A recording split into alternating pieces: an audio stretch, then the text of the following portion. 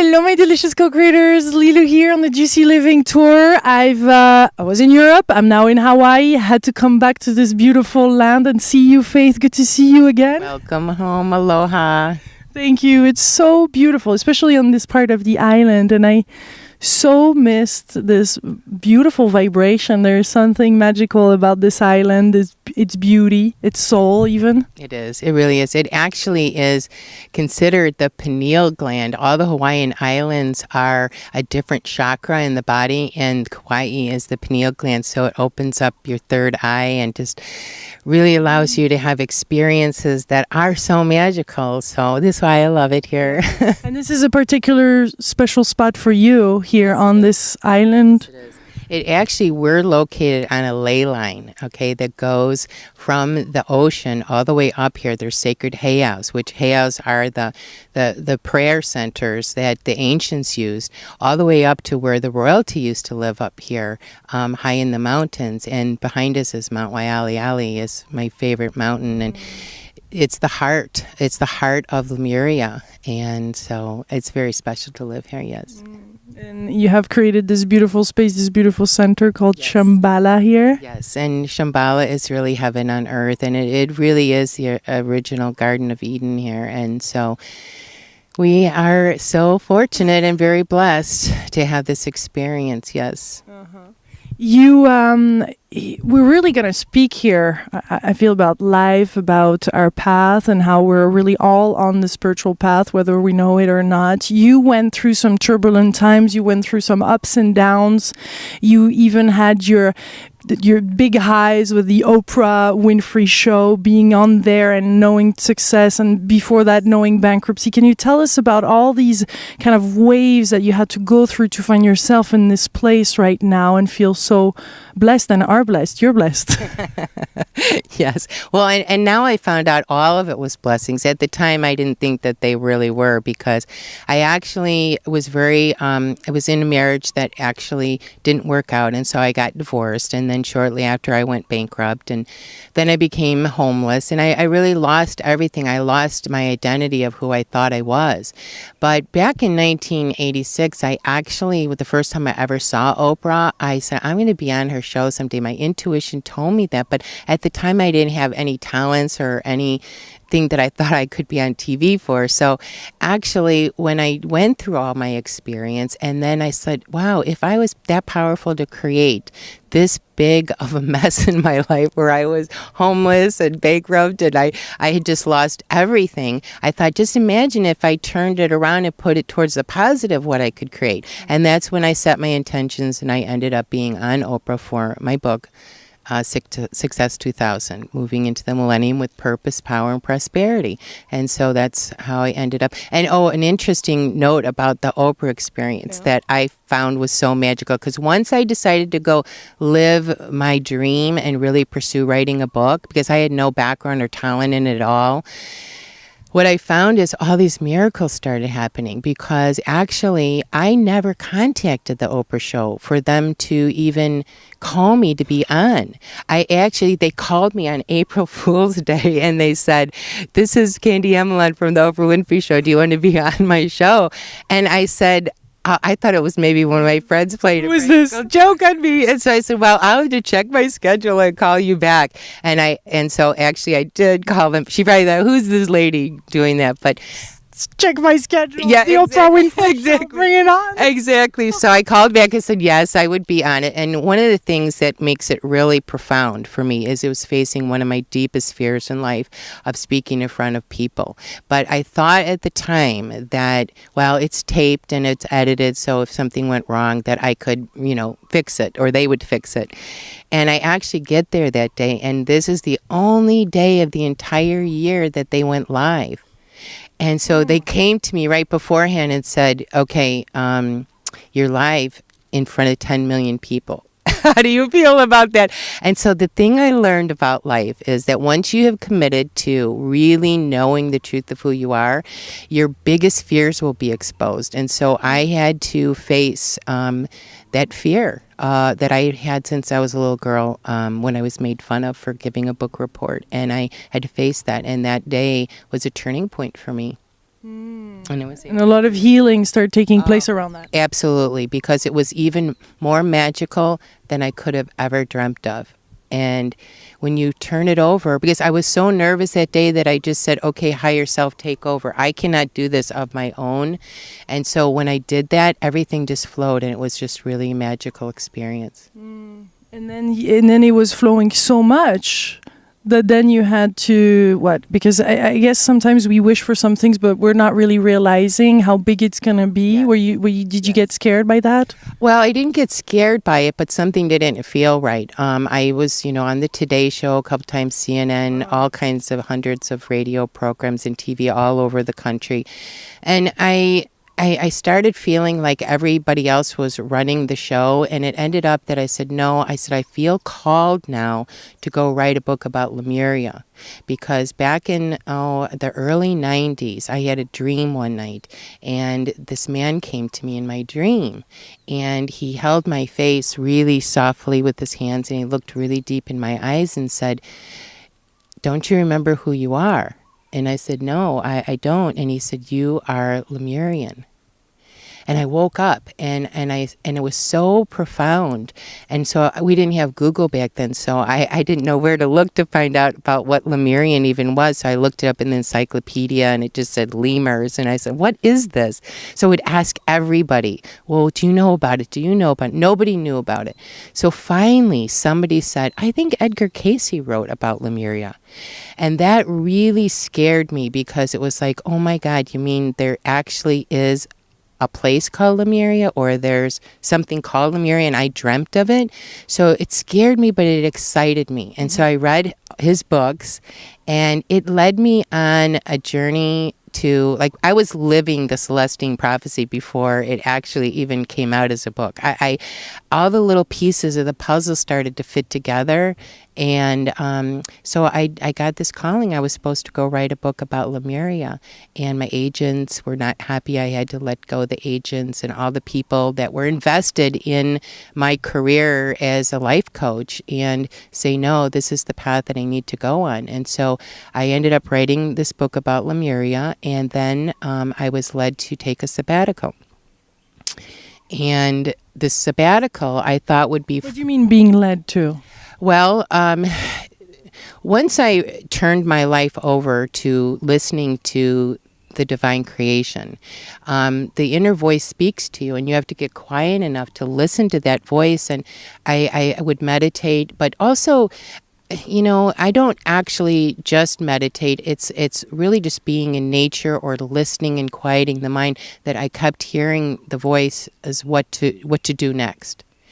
And so the voice basically was saying to me, it's time for you to really know the truth of who you are.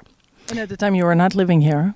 No, I was back in Chicago. Mm-hmm. And prior to that, I had a few other wake-up calls that I had one coming to me right when I went to bed at night. I had this being that was a light being that I felt was Jesus, but it didn't look like Jesus, like what our minds tell us Jesus looks like. It was a light body, and it came to me twice. The first time I didn't tell anybody, because I thought that they would think I was crazier than I already was, talking about Lemuria and everything else I was starting to remember and wake up. So I didn't say anything, but the second time, it was so powerful and so validating, because I just knew everything. It was like we communicated telepathically, and there were no words exchanged, but I just knew everything. And so I stopped doubting so much, okay, and started saying, okay, there's a bigger purpose here than I even realized. So that led me to take the sabbatical. And so I thought I would take my profit sharing money, and I would go away for 6 months and travel around the world and so forth. And actually, I cleared my schedule for that 6 months. I brought my daughter over to her dad's to stay, and everybody thought I was really losing my mind for even doing this, leaving at the peak of my career, okay? And so I did it anyways. And then the profit sharing company said, we're sorry, but we cannot give you your money because the laws changed and we're doing it different now. So I said, well, what am I going to do? I don't have any money to live. And I canceled all my clients. And so I was faced with the very first experience of testing my faith.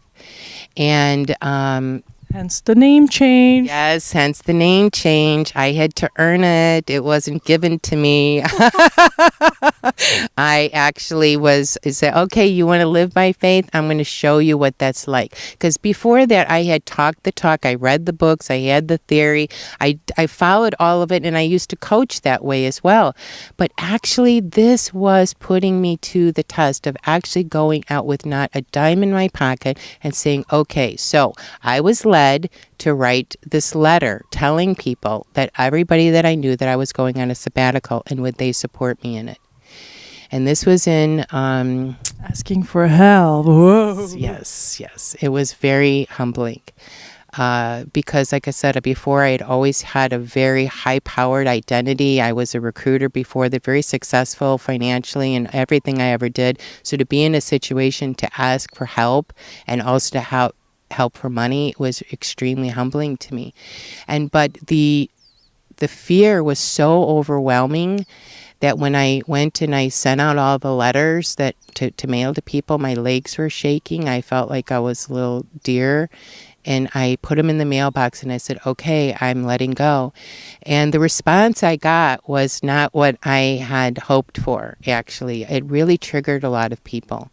I lost really all of my friends in my family through that, because they really thought that I had lost my mind. And why was I doing this? And people wrote me back, I'm not going to pay for you to go have a vacation. And it brought up all their money issues. And so I was really perplexed, like, why was this happening when I, showed all this courage to do this and have this? Well, I soon found out that actually it was really key that everything was taken out of my life. Everything, every person, every friend, my family, except for my daughters. And so I spent 6 months pretty much by myself. And it was extremely powerful experience. The first couple weeks, I was so in fear that I laid on my living room floor and I cried because I lost everything that I thought I was. My entire identity. I didn't know who I was anymore. And then a woman brought me this song from church that she had that said, I took everything away from you so you'd only turn to me. And like she was like an angel bringing me this, because she was like the only person that I saw at that time, because I didn't talk to anybody. I didn't have any friends left to talk to. And so to have that confirmation. And then another really cool miracle happened is I used to go into this coffee shop when I was writing my book. And so I went in there one day to get coffee, and she's like, oh, I haven't seen you for a while. I said, well, I'm on sabbatical. And she's like, well, where are you going? And I said, well, I'm not going anywhere. I'm doing an inner sabbatical. And she's like, well, I thought people went places to do sabbaticals. I said, well, I'm doing it different. I'm going into an inner sabbatical.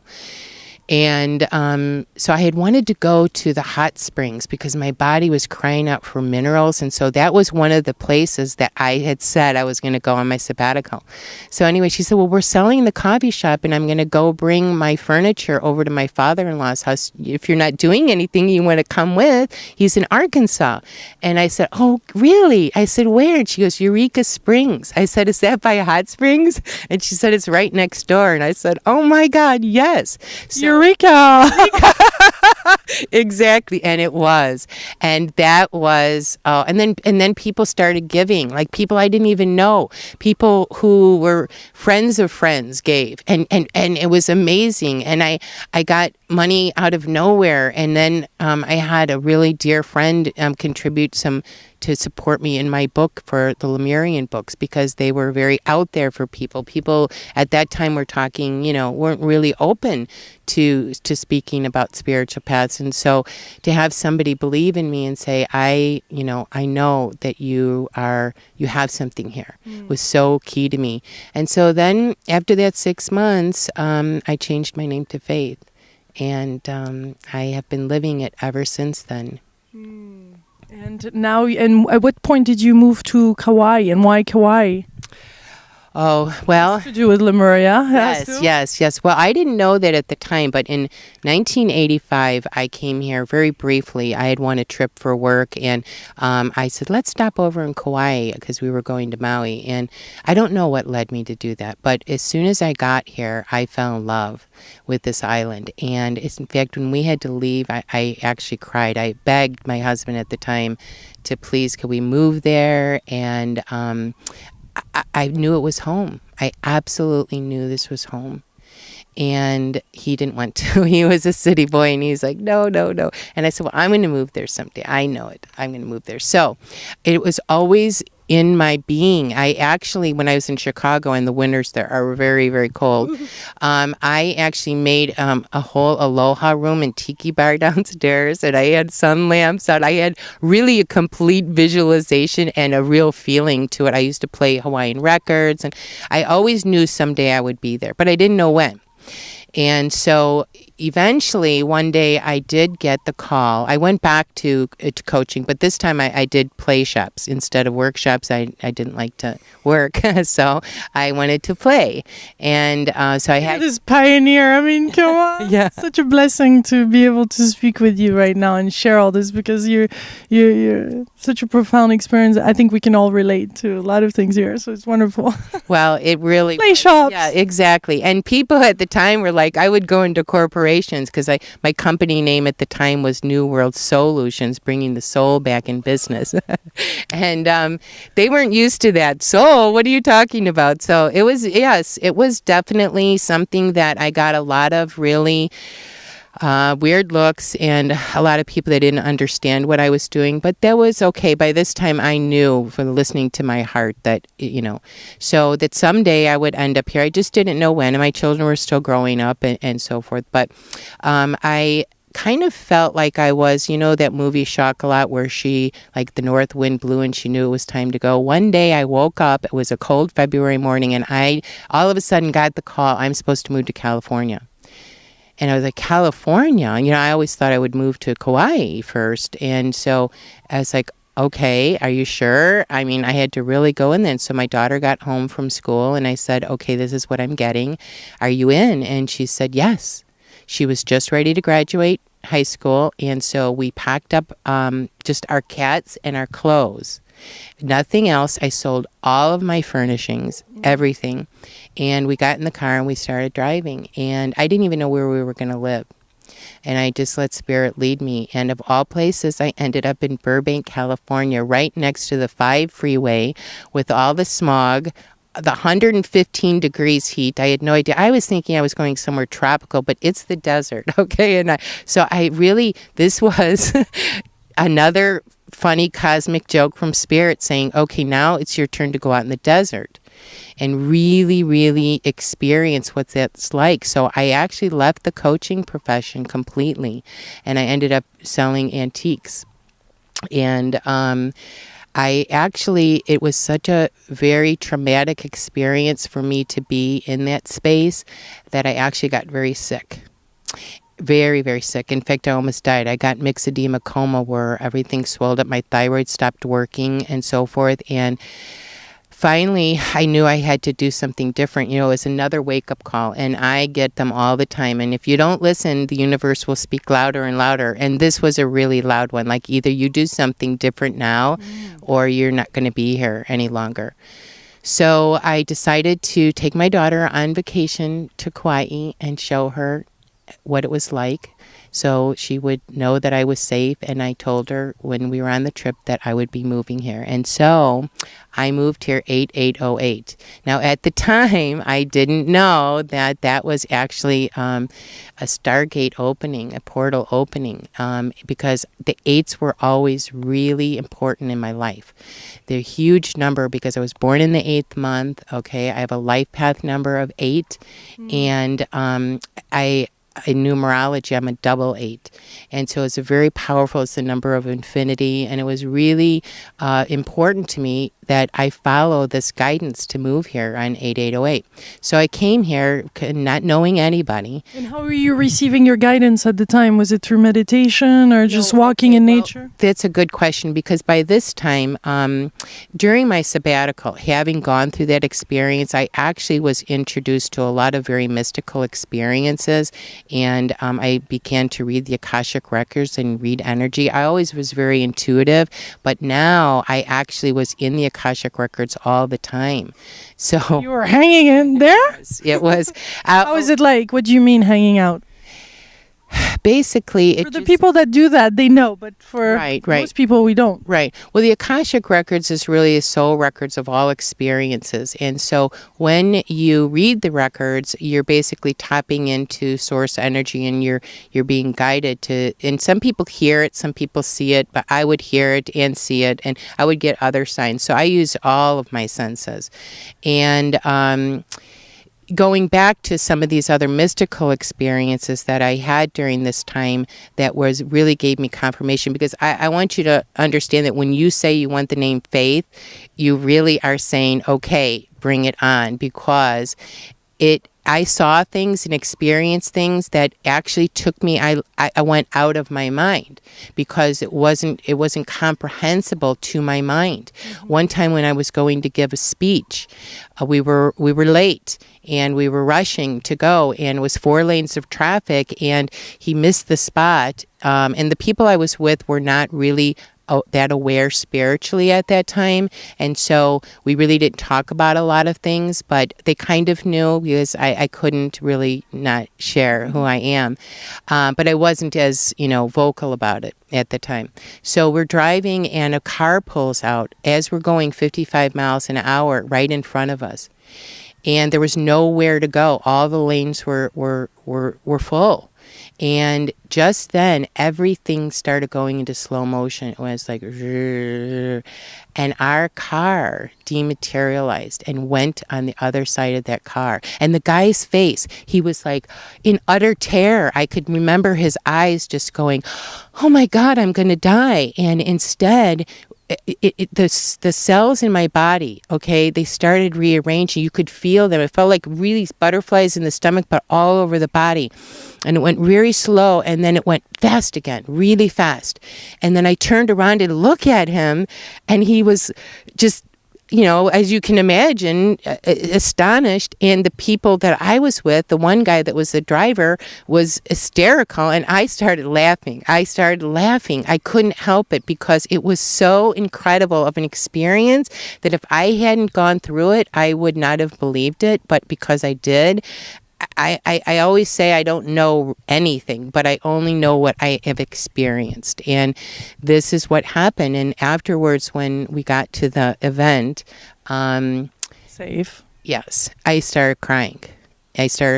And the people I was with were so, they couldn't believe it either. I could believe it more than they could believe it. And so it was really hard on the people I was with. I've had many experiences like that. So now I lost all my new friends that I thought were friends, because that was too much for them. And I've lost a lot of friends over the years, because I could hear things and see things that they couldn't, or they're thinking something and then I say it, or they're thinking a song and I start humming it, and it just made them nervous and freaked them out. So I really started at that time to start becoming more and more like lowering my light vibration and pulling back and hiding out and becoming more of a hermit. And so by the time I got to Burbank, I stopped coaching. I didn't want to be in that world anymore. I was tired of people thinking I was always the weird one, or making fun of me, or, just whatever. I was just like, I don't want to explain myself anymore and all the things that happened. So I just kind of hid out, and that wasn't working. So obviously I almost died. So I was like, that's not going to work. So but during that time, there were 2 lifesavers. One, was Eckhart Tolle did his program with Oprah online, and he wrote in his book about the frequency holders. And as soon as I got to that part, I started crying because I was like, oh my God, that's what I am. I'm a frequency holder because I vibrated a higher frequency than a lot of people, and I never understood it. And I thought everybody was like me. So when people weren't, I was confused. And so I'm very sensitive, and I couldn't be around a lot of different things. And so I always felt like I had to stay away from it. So it really was a problem for me. And so I got sick, and then I saw Ram Dass's program, and you just interviewed him, and he ultimately helped save my life because he came out with this documentary, Fierce Grace, and I saw what he went through. And having been a spiritual teacher as well, I was really humbled because I wasn't supposed to get sick. How did this happen to me?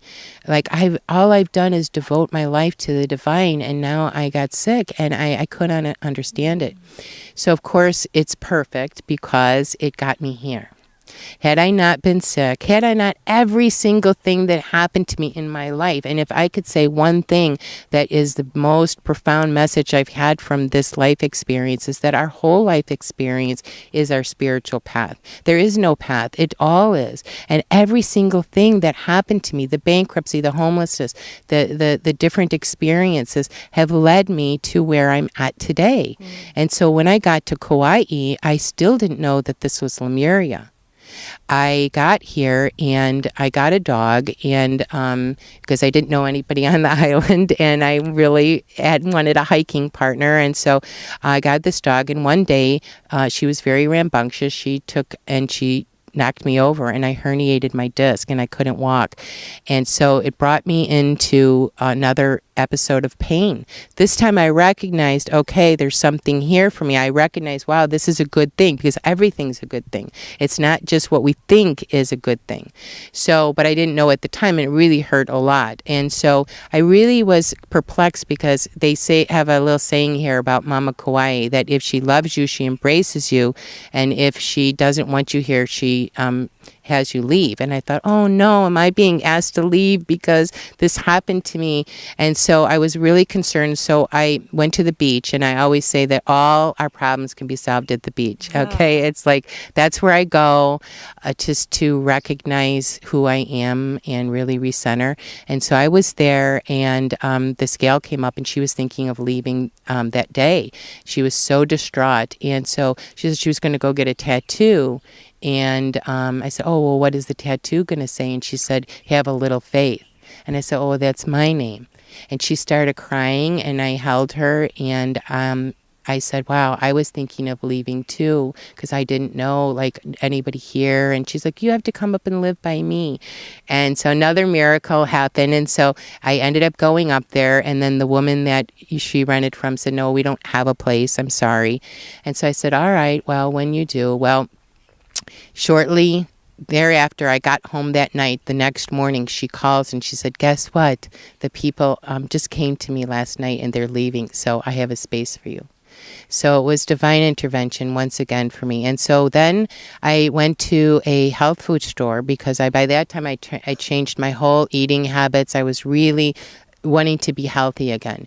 And I saw on the wall a little poster that had the number 8 on it. If you need healing, call 888-8088. So I called, and I went in to see him, and he said, I can help you. Without surgery, I can help you. And so I said, great. So at that point, he started helping me. And as he began to manipulate my spine and help me, my energy started coming back again. Because for 4 years of suppressing it, I had really very little of my energy here. And so my energy started coming back. And it was like one day, the light went on, and he looked at me different, and he says, who are you? And he recognized me. He saw me again as the light of who I really am. Because years ago, I've been told, like, you know, Faith, you're like a 220-watt bulb in a 110-watt bulb society. And so I had dimmed my light so down so I could fit in with everybody. See, you know, I can have this experience too. But it really wasn't being authentic to who I was. So I ended up he said he'd like to do spiritual coaching with me. And I said, yes, I would. And I took him on. And ever since then, people have come from all over the world, and now holding the frequency of a very high magnitude. We're located right here in Kauai on a ley line, as I explained earlier. And behind us is a very magical place, much more than people recognize. It really is the true Shambhala. It is the city of light. And even though we can't see it because we're in a different dimension, it's there nonetheless. And I can see it, not all the time, but most of the time. And we live in a higher dimensional area here. It's very, people that have come here have had awakenings and remembrances of past existence and past lives. And they've had profound, amazing experiences that words can barely describe. Is the Hindu temple also down there? Yes, exactly. And that was another thing that I found very amazing, because I didn't know it was Lemuria. Well, this guy that helped me, he said, well, don't you know that Guru Deva wrote the Lemurian scrolls? And I said, no. He says, yes, he wrote them at the Cocoa Pounds Hotel in the 70s. I said, that's where I stayed when I came the first time. So I went up to the Hindu temple, and there they have the largest 700-pound Lemurian seed crystal in the temple there. And I immediately said, oh my gosh, something really big is happening here. Like all of a sudden, I really realized there is a reason for me to be here. And we're in a mandala house too that we'll see later, but it's shaped in the figure 8 also. And it was all prepared and planned out. So another thing that I could say, if we just relax and allow life to happen to us, magic happens. Because I couldn't have planned this out. It's so much better than I could have ever known to be able to be gifted. And so when I went to the temple and I went back, they give tours behind. They're building a new temple there. As soon as I walked back there, I completely remembered everything. My knees buckled. I almost fell to the ground. I started crying. I was with my friend, and I said, oh my goodness, this is where Genesis took place. This is the original Garden of Eden, the heart of Mu. No wonder I was so called here. I had a longing for this place. And now I have a Facebook page of Bridge Lemuria, and thousands of people have already found it because people are having this awakening of Lemuria. But Lemuria isn't just a place. It is a consciousness. It's a state of consciousness and awareness. It's the Christ consciousness. So that's why a lot of times people feel, since I have such a strong connection to Jesus, it's not Jesus the man, it's Jesus held the Christ consciousness. And that is basically what this vibration is. And once you are able to hold it, which I'm not able to all the time, I have the same problems. People say, oh, now you live in paradise, you never have any problems. That is absolutely not true. In fact, if anything, lots of things come up that you can't even imagine, that are very strange and weird and beautiful. But you learn how to respond with a knowingness that everything is in divine perfection. Mm-hmm. How can we connect wherever we are around the world into this Lemurian place? Well, that's a good question. First of all, you need to be ready, because a lot of people, well, they refer to me like the Oracle in the movie The Matrix, with Neo. And if you remember Neo, okay, he wanted to have a very fast spiritual awakening and working with Morpheus. And it required him laying there for a couple months in a fetal position. It is a process, and it's kind of like a metamorphosis, like the caterpillar coming into the butterfly. So you don't want to rush it. You want to be at the perfect timing and let life guide you, because life will bring you exactly what you need in that moment. It's the thing is to pay attention to it. For me, I didn't pay attention to the wake-up calls at first, and so they had to get louder and louder. So if you're getting the calling and you're getting the urging, it might be subtle at first, pay attention to it and then say, okay, am I willing to have the courage to act on it? Because I have to say something. You mentioned this in another one of your interviews with Carolyn May. She talked about the courage to be on a spiritual path, and it does. It requires tremendous courage. So it's not that I don't have fear, because I have great fear, okay? Tremendous fear. It's just that I don't give it any power any longer. I just don't give it any power. And so therefore, I listen to, when it comes in and I feel it and I allow it to go through me, but I just don't let it bother me. Like I had fear in coming to this interview because having not been given interview for 13 years now, I really had been, again, tired of always being the person to come out there and say all these experiences and getting a lot of backlash from it. So my ego was saying, oh, you don't need to do that. It's not necessary. But this is a calling because you came here a year ago, and at that time it wasn't time for me. And I had to go in and listen and see what Spirit had to say. And when the time was right, I would know. And so about 3 months ago, I got the call, okay, it's time to do the Bridge to Lemuria page. And I said, okay, I'm ready to fully come out and share all of my experiences. And so... Because your book on Lemuria is still out? I actually never published it. It was, it's very interesting what happened with that. The book actually was too ahead of its time at that particular time, but now it started to get interest. So I have a feeling that it's going to be coming out soon, but it's going to look different now than I thought. And now people can really understand the message so much more, and they can really relate to it. And actually the children get it because I just had an 11-year-old read it, and she wants to illustrate it for me. And she's one of the crystal children, and she totally gets it. And she's like, I remember, and she knows. And so it's really exciting to be in a different space with it. I would love to, and I'm sure a lot of people listening would love to know more about this Lemurian place. How does it feel? What it is like? What kind of resonance? I mean, tell us more. Well, Lemuria, as you can imagine what heaven on earth is like, okay? A little bit being here. Yeah, exactly. It is where everybody works in harmony. It's the true Aloha spirit that... When I wrote about the book originally, I wrote it when I was in Michigan, and I actually had the help of the divas and the fairies there, which at the time was very interesting to me because I'm an earth sign, I'm a Virgo, so I always connected with nature, but never to the point where, I can hear the trees speak. I can hear the voices. I don't always see them, but sometimes I do. But that's what Lemuria is like. You get a chance to experience everything you've always wanted to. In Lemuria, the days are filled with laughter and song. There's a lot of singing, and I also am a muse. Although I don't sing, I'm very musical, and I use music in my healing with people. And I also, too, I don't actually do healing. People heal themselves. All I'm doing is holding the light for them. So in Lemuria, okay, we hold the light for one another. And so therefore it's kind of like the movie Avatar, which part of it actually was filmed here. And that's the reason why. It was actually, part of it was filmed right about a mile from where I live. And because of the magic, it was like, imagine going to the trees. We have the Redrushka trees here, the only place in the entire United States that has Redrushka beads. And they're very sacred. Lemuria has heart-shaped leaves and plants from that you'd never see anywhere else.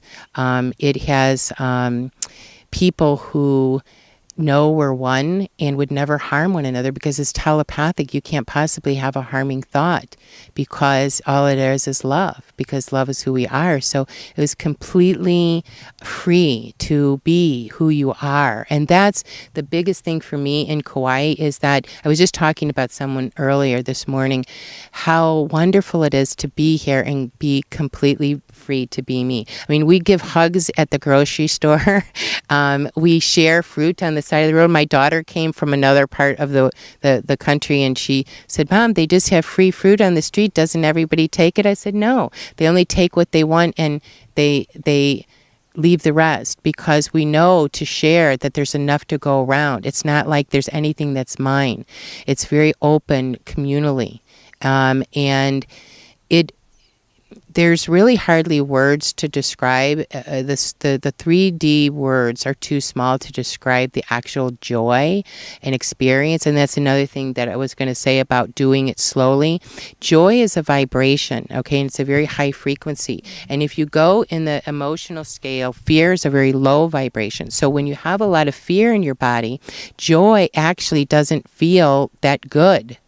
It actually irritates the ego very much, and it doesn't like it. So this being in Hawaii amplifies it.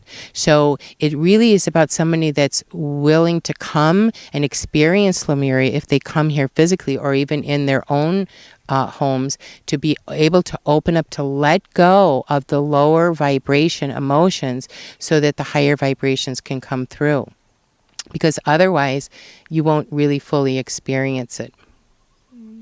And also, too, for the chakras being open, in order to open up the third eye to see, if you're really interested in seeing. And it's really funny because a lot of times when people come here, especially with me and my friends know me now. Now they accept me. I'm finally accepted. And partially it's because I accepted myself. Obviously, it's because I accepted myself. I finally felt at home. And so when I felt at home, I fully accepted myself and said, take me as I am. This is who I am. And so now I can say things like, oh my gosh, did you see that? Or I'm having this experience right now and I'm seeing the city of light. And they say, oh my God, that's so fantastic. Or being able to be open to different dimensional experiences that are so amazing. And that's where we're going, everybody. I'm so excited because we're going to be, you know, like that movie What Dreams May Come, where you can slide in the painting and swim in the rainbow and ride on the unicorns and all of that. That's what Lemuria is. There's no boundaries. There's no limits to what you can experience, your imagination. So that would be the other step, I would say, is to let their imagination open up. Most of us have forgotten, and it really is about being a child again. Mm-hmm. And that's another thing about, in Lemuria, everybody's a child, so we play around a lot. We play. And it's really, the children know that that's what it takes to. And so a lot of my friends are children, and children and animals. They gravitate to me out of anywhere because they totally know that I can see them for who they are. And so why did you have to tattoo it? Okay, the Lemurian. You can see it. Yes, exactly. We can see a little part of out. Yes, the tattoo. The mermaid came first, and I remembered an experience that I had in Lemuria, that I was a mermaid. And I actually died trying to save some of the people because during the cataclysmic event there, many died. And there was a lot of healing that I needed to do around that, because even though I was a really, really happy child, and I was really way more mature for my age than, you know, a lot of children at that time, I always had kind of a little bit of a sadness, because I always felt that Earth was not supposed to be this way. It wasn't supposed to be where we were fighting or doing things, you know, harmful to each other. So I never really understood why people did what they did. And so I got the tattoo for a healing of over my heart, to let go of that experience and to live in the now. That was then, and I chose that, and I'm very happy that I did. And I have many remembrances now, and through a lot of my meditative journeys, I have gone to the halls of Amente and to before the Council of Nine, and had many conversations. And I actually, most of my friends are on the other side of the veil. That is really what I know, because they can communicate to me in the same language of light that I know, and that's why I was, you know, gifted the experience of having Jesus come to me as a light being to remind me who I am. And so I have ongoing dialogue and conversations with them, and know them. And I used to have this great yearning, and a lot of people I know, I've been hearing a lot from the Bridge to Lemuria page, people having a yearning to go home. And what I really wanted to say is home is in here. It's not a place. And so therefore, you don't have to go anywhere, although I can say the energies here or other places may amplify that within you. And if you're called to it, by all means, but the home is where the heart is. And so when you go in and you do that really deep healing, but you've got to be willing to go into that deep abyss. You've got to be willing to go into that deep pain. And I had to do that. I had to go in and heal, not just even this life, but all of my past lives, which are really not past life because they're all happening simultaneously. But I have remembrances of them happening now. So it kind of makes for an interesting situation when I'm having another dimensional experience, like, while I'm sitting talking with somebody. So it's kind of like attempting to watch 2 TV programs at one time and stay focused and concentrate. Sometimes it gets a little overwhelming, and I don't always know how to navigate the world that easily. And so, but I've done pretty good. So I'm really happy with where my life is right now. And you got just so much that you should see. I'm going to zoom in on Faith's eyes because later on, because you got so much light and they're beautiful. This beautiful green. Blue, green, I don't know, yellow. It's good. It's a mix. They change colors. They do, yes. They do. Is there to kind of finish this amazing, beautiful, nourishing conversation? Do you have a message or a call of action or something that would like to come through? That's a really good question. Yes, action. I have a little acronym that I use oftentimes called AWARE. Awareness, willingness, action, realizes enlightenment. And the first step is being aware, okay? And you can't change anything or be different unless you're aware first. So the first is the introspection and going in and actually sitting with yourself and recognizing the truth of who you are. And that was the first thing in me, owning it, to be still and know that I am. And now I can sit here and say to you today, I know I am God. And without a flinch, because I know it, I've lived it, I've experienced. So the first thing is to know, to sit and be aware and allow that energy to come in. And let me tell you, once you do that, then comes the willingness. Are you willing to do whatever it takes? And you really have to ask, because I have a lot of people that say, yes, I'm the most willing person in the world, except for if you don't have me change anything that I'm doing. And so I say, no, it really is going to require you being open to, another experience. And so you might not go through the same experiences that I went through. In fact, you won't go through them because every experience is customized for the soul's involvement. And for my soul's involvement, that's what it took. Going bankrupt, going through all of the emotions that I went through and so forth. But for other people, they may not require that at all. And so just be open to whatever you're experiencing and don't compare it to another person because they're having a completely different experience. They cannot possibly know. But you want to face your own deepest fear. And for me, that's what I did. I was afraid of riding horses because in one of my past lives, the horse stomped on my foot and broke my foot. And so I kept creating situations of horses doing these kind of things in my life. And so I had to face that and get on a horse and ride it. And one of my mentors was Eleanor Roosevelt, and no, I'm not that old, but going back to what she wrote and what she stood for is that whatever your greatest fear is, you must do. So I had to go in and take my greatest fear and then say, okay, I'm willing to do it. And then the next step is take action. Because like I said before, when I was coaching the first time, I said all those things, but I actually never really lived them.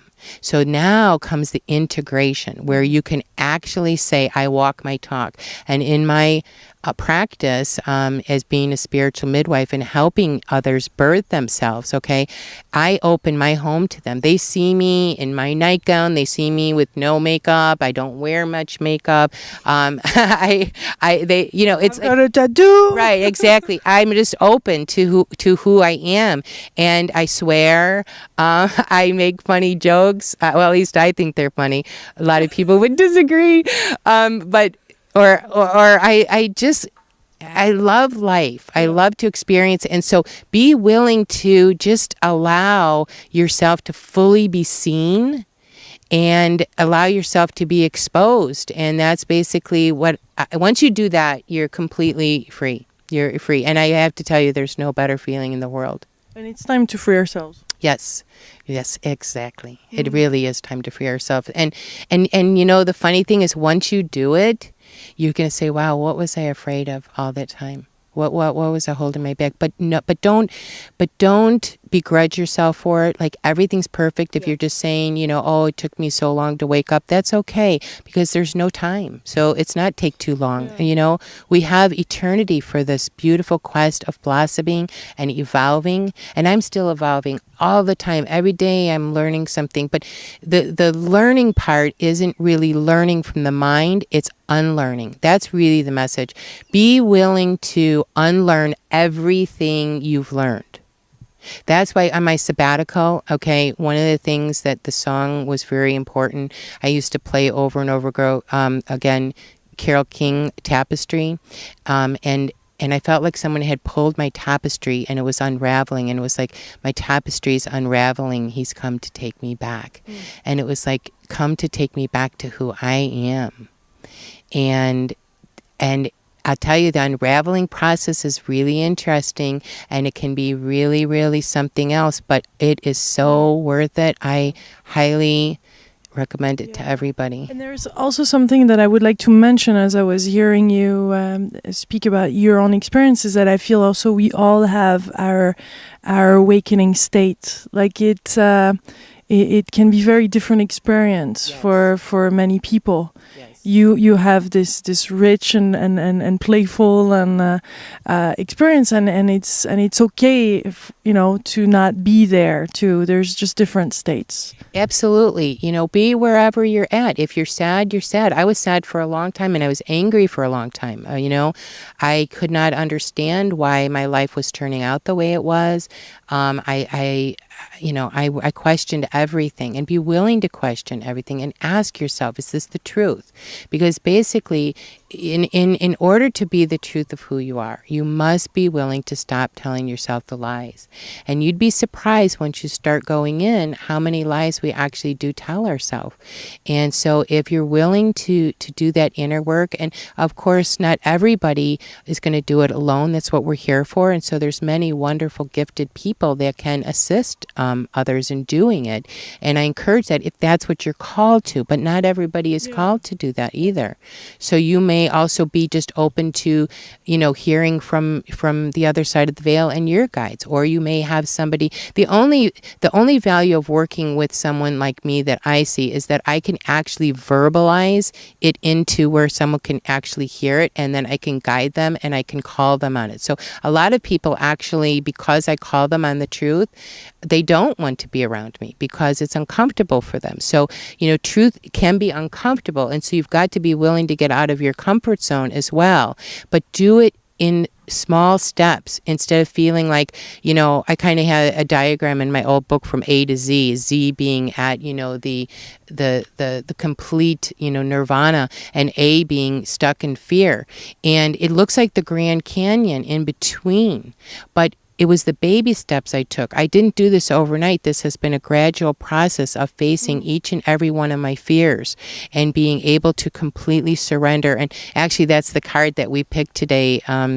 Before we did the interview, I pick a card each day, and it was the surrender card. And I do that every single morning before I get out of bed. I don't get up out of bed. Even if I have to go to the bathroom, I wait until I completely surrender to Source and say, take over, higher self. Because by the time you get out of bed, your ego already is engaged in it. Once you start, gets you distracted and what's on Facebook and this, that, whatever. So I do it before, and I do a daily practice every single day. And I never, ever give that up, because without that, it's too easy to get caught into the distractions of the world and so forth. So, and earlier too, what I wanted, the part that I wanted to bring across is that we have different experience of enlightenment. So, for example, for me, I wouldn't be able to see angels or guides or the city of light. I don't have that right now, but I feel the beauty, and my heart is open, and I connect with nature, and it's just another experience, but it could be as rich and profound. And it's okay, you know, not to see or not to have this, because we feel it. There's all kind of senses that can sense beyond what we can see, that there is something special and beautiful. And just by looking at how, and that's why I feel Kauai is so special, because for people like me, we can see it through its beauty, and the beauty, frankly, is divine. And when there's the beauty is really present, our heart opens and we're connected to everything. Exactly. And people, that's a really good point, because a lot of people feel like they've got to have some kind of validation externally, but going inside and being able to feel it, the feeling is it. The experience of it, that's it. It has nothing to do, like I said, all I'm using is words right now, but it really, the vibration is the joy and the love that you feel. And when you are in the nature, and that's why nature wanted to be a part of this today, because nature speaks. And if you're willing to listen, you're going to hear it in the way that's for you. Or music, or being able to do art. It comes in many different ways, and all paths are the path. If it's the one that's come into your life, that is the path for you. I mean, being spiritual, I don't even like the word spiritual anymore, because it gives a different connotation. People get very confused by it, and it's got a lot of emotions to it. It's just, how about if we just meet each other in the I am? I am you, and you are me, and we are God. And that is really the truth. And so it's accepting that we are God and being able to embody it. That's really the call to action, to be able to accept it, embody it. That's what an ascension is.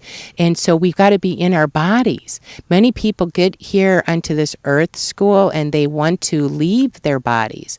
But actually we came to embody God in form. And so being able to accept that and experience it. And I had an experience the other day going into the ocean, where the day before had been really calm, and then the next day I didn't realize the tide came in because of the full moon. And so I was out there for about 20 minutes, and I felt the power of the ocean like I'd never felt it before. And I recognized at that moment, instead of being fearful, I said, this is how powerful I am.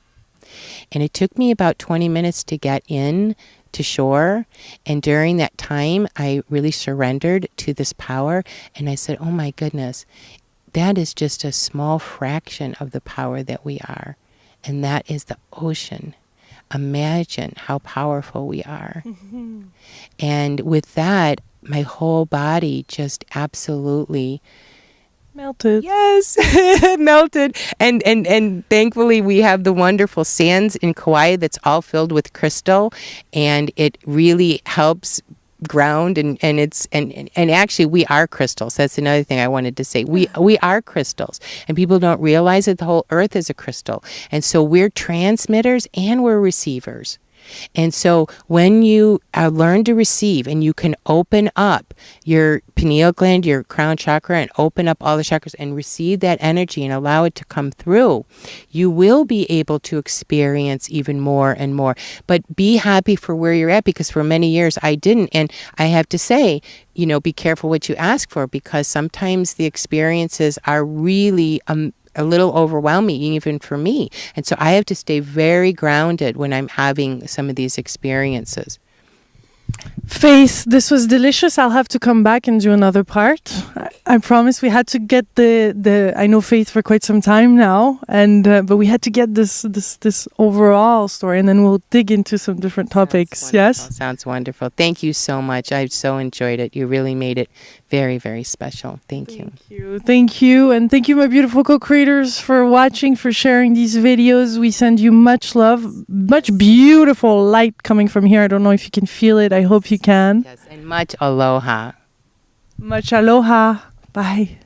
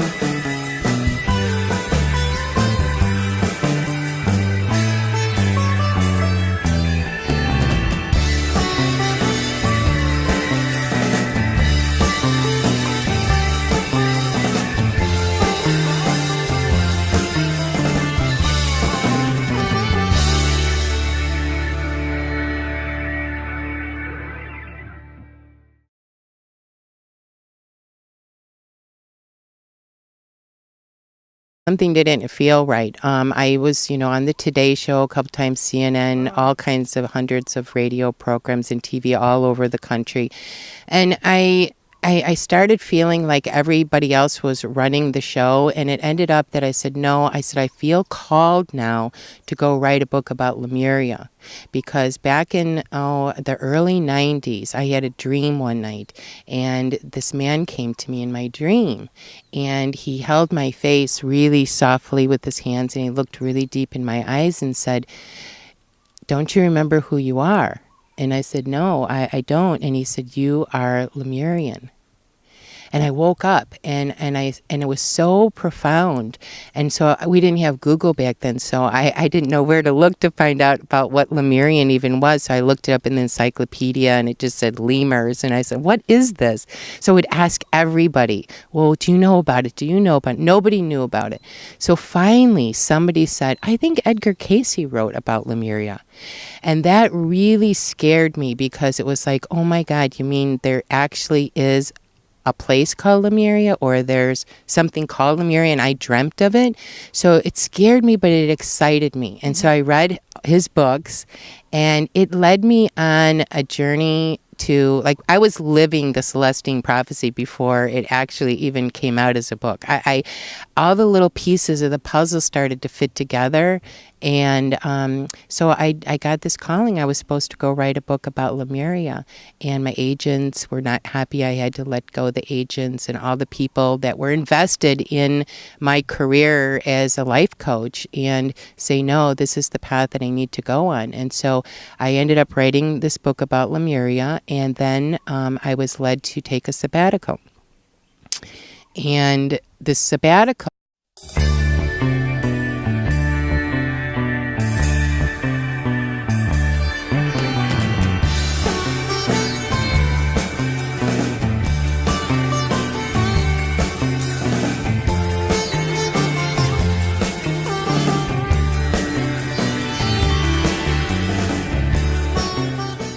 Hello, my delicious co-creators. Lilu here on the Juicy Living Tour. I was in Europe. I'm now in Hawaii. Had to come back to this beautiful land and see you, Faith. Good to see you again. Welcome home. Aloha.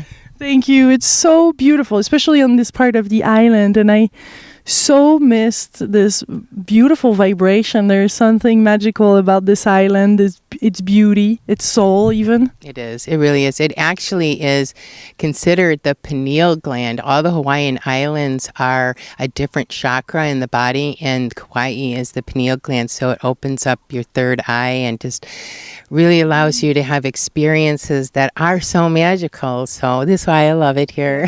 And this is a particular special spot for you here on this island. Yes, it is. It actually, we're located on a ley line, okay, that goes from the ocean all the way up here. There's sacred heiaus, which heiaus are the prayer centers that the ancients used, all the way up to where the royalty used to live up here, high in the mountains. And behind us is Mount Waialeale, is my favorite mountain, and it's the heart. It's the heart of Lemuria, and so it's very special to live here. Yes. And you have created this beautiful space, this beautiful center called Shambhala here. Yes, and Shambhala is really heaven on earth, and it really is the original Garden of Eden here. And so we are so fortunate and very blessed to have this experience. Yes. We're really going to speak here, I feel, about life, about our path, and how we're really all on the spiritual path, whether we know it or not. You went through some turbulent times. You went through some ups and downs. You even had your big highs with the Oprah Winfrey show, being on there and knowing success, and before that knowing bankruptcy. Can you tell us about all these kind of waves that you had to go through to find yourself in this place right now and feel so blessed, and are blessed? You're blessed. Yes. Well, and now I found out all of it was blessings. At the time, I didn't think that they really were, because I actually was I was in a marriage that actually didn't work out, and so I got divorced, and then then shortly after I went bankrupt, and then I became homeless, and I really lost everything. I lost my identity of who I thought I was. But back in 1986, I actually, with the first time I ever saw Oprah, I said, I'm going to be on her show someday. My intuition told me that, but at the time I didn't have any talents or anything that I thought I could be on TV for. So actually, when I went through all my experience, and then I said, wow, if I was that powerful to create this big of a mess in my life where I was homeless and bankrupt and I had just lost everything, I thought, just imagine if I turned it around and put it towards the positive, what I could create. And that's when I set my intentions, and I ended up being on Oprah for my book, Success 2000, moving into the millennium with purpose, power, and prosperity. And so that's how I ended up. And an interesting note about the Oprah experience that I found was so magical, because once I decided to go live my dream and really pursue writing a book, because I had no background or talent in it at all, what I found is all these miracles started happening, because actually I never contacted the Oprah show for them to even call me to be on. They called me on April Fool's Day, and they said, this is Candy Emelon from the Oprah Winfrey Show. Do you want to be on my show?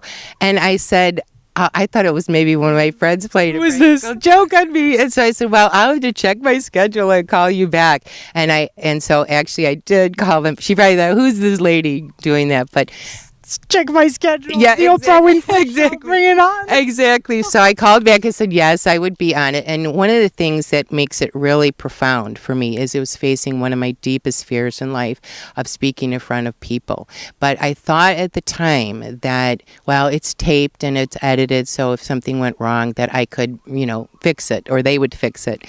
And I actually get there that day, and this is the only day of the entire year that they went live.